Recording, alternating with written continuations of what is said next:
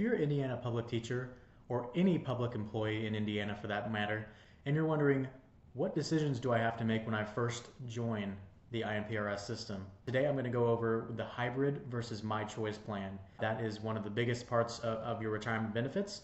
So I want to make sure that there's a clear picture and so that you can make informed decisions on how to move forward. My name is Evan Kaufman. I'm a financial planner with Kaufman Wealth Management. We help Indiana teachers build wealth.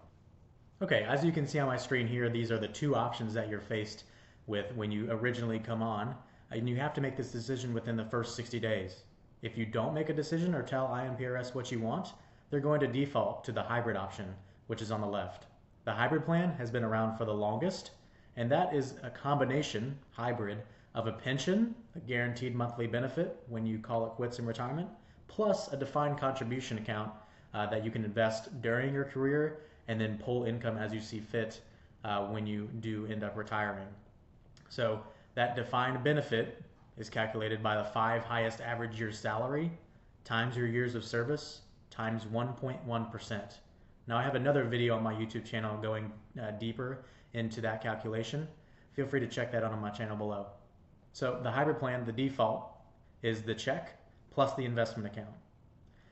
Now there is a newer plan called My Choice, and that is basically saying that I do not want the guaranteed pension anymore. I don't want that monthly check in retirement.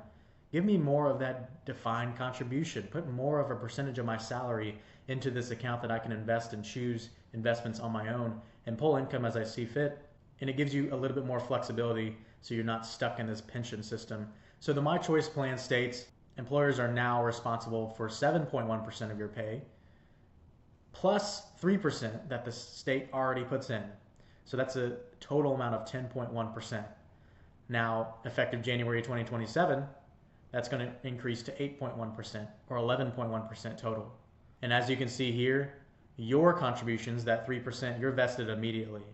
But that 8.1% is on a 5-year vesting schedule. So on the first year, you're eligible for 20% of that benefit, then 40, then 60, then 80, then 100.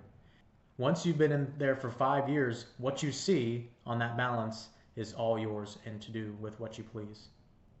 Again, you must make this decision within 60 days of your hire date.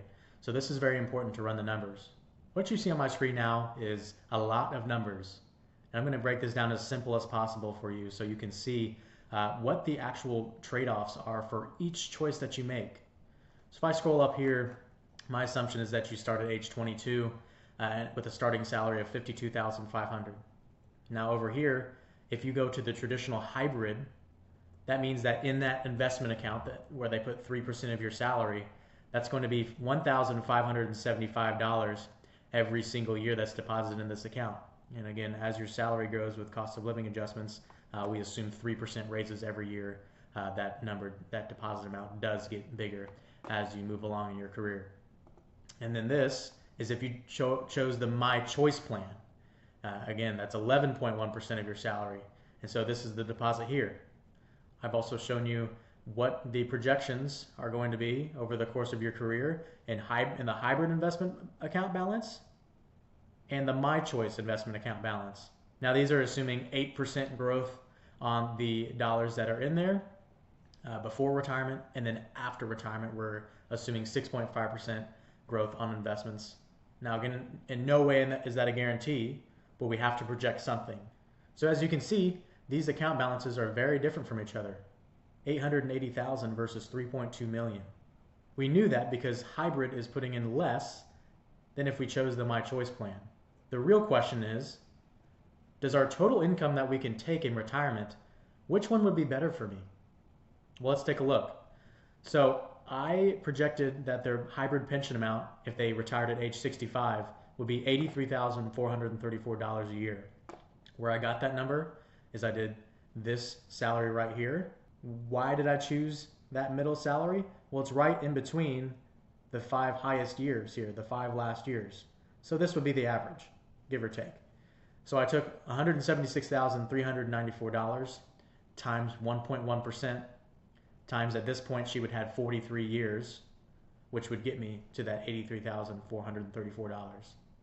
Now, on investment accounts, assuming they're allocated appropriately, we recommend no more than a 4% withdrawal rate on our accounts. So 4% of the hybrid account balance at retirement, which is $880,000, that's an additional $35,000 that we can pull for income. So now we come over here. The hybrid total income is $118,000 between pension and investment withdrawals out of that defined contribution account. Now with my choice pension amount, well, there's no pension because we opted out of it. So now we solely rely on investment withdrawals.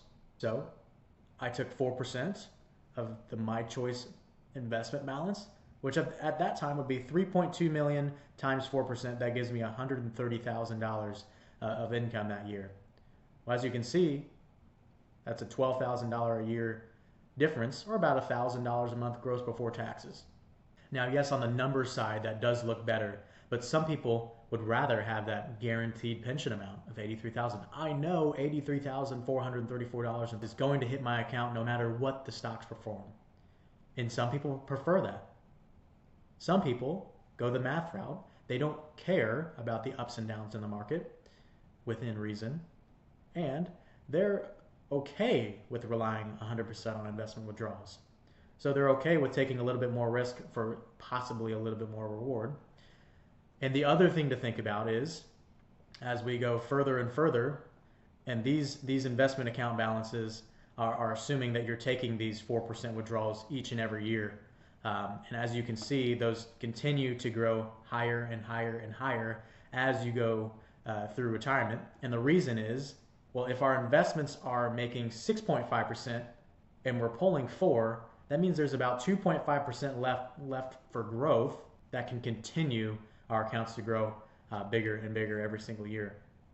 So as you can see, I projected them to pass away at 95. The hybrid choice nets them 1.7 million. Now that can depend on retirement withdrawals and market performance and whether or not they actually die at 95. So that's just a projection amount, not guaranteed. And then the My Choice investment account balance is upwards of 6.3 million. One thing you need to think about is, do these pass on? Yes, these investment account balances pass on to your heirs. The pension does not. That's another thing to consider when you're choosing hybrid versus My Choice. Is that a goal of mine to have more liquid cash available on my estate to inherit to my children? Because that is a significant difference that could pass on to the next generation and improve their lives as well. So there's a lot of moving parts with this.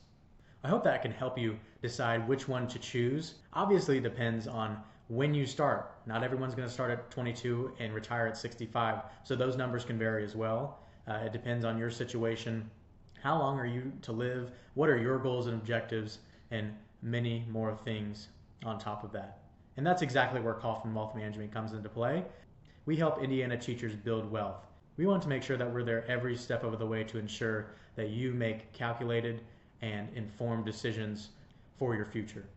My name is Evan Kaufman. I'm a financial planner with Kaufman Wealth Management. If you want to dive more into your own numbers and get a little bit more clarity on retirement or your current assets as well, give us a call. We'd be happy to help. This is what we do all day, every day. I'll leave my phone number, email, and a link to our website below. Thank you.